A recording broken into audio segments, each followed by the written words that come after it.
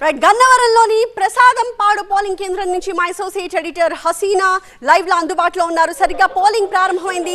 వివిధ ప్రాంతాల నుంచి కూడా మా ప్రతినిధులు ఎంపీ రావు అలాగే ఈశ్వర్ మనకి లైవ్ లో కనిపిస్తున్నారు. నాగరాజు ఉన్నారు, కడప నుంచి సుధీర్ ఉన్నాడు, అనంతపురం నుంచి నరేష్ మనకి లైవ్ లో కనిపిస్తూ ఉన్నారు. ఫస్ట్ హసీనాతో మాట్లాడదాం.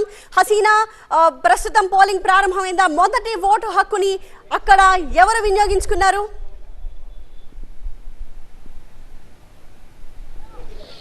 కొద్దిసేపటి క్రితమే పోలింగ్ ప్రారంభమైంది. మనం చూడొచ్చు ఈ గేట్ నుంచి మొత్తం అందరూ కూడా మార్నింగే చాలా మంది క్యూలో నిలబడి ఉన్న దృశ్యాలు మనం చూసాము.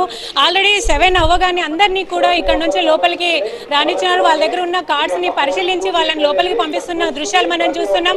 అయితే ఇక్కడ దాదాపు 8,000కు పైగా ఈ పోలింగ్ స్టేషన్ లో ఓటర్స్ ఉన్నారు కాబట్టి వాళ్ళంతా ఓటు హక్కును వినియోగించడానికి ఒకటి సమ్మరు, మరోవైపు మార్నింగే వచ్చి ఓటు వేస్తే ఒక పని అయిపోతుందనే ఉద్దేశంతో అందరూ కూడా ఓటు వేయడానికి రెడీగా ఉన్నారు. అందరూ కూడా ఇక్కడ దీంట్లో మనం చూసుకుంటే వృద్ధులు ఉన్నారు, యంగ్స్టర్స్ కూడా ఎక్కువగా కనిపిస్తున్నారు, మహిళలు ఎక్కువగా కనిపిస్తున్నారు మనకి. అలాగే పోలీస్ బందోబస్తు కూడా చాలా భారీగా ఉంది.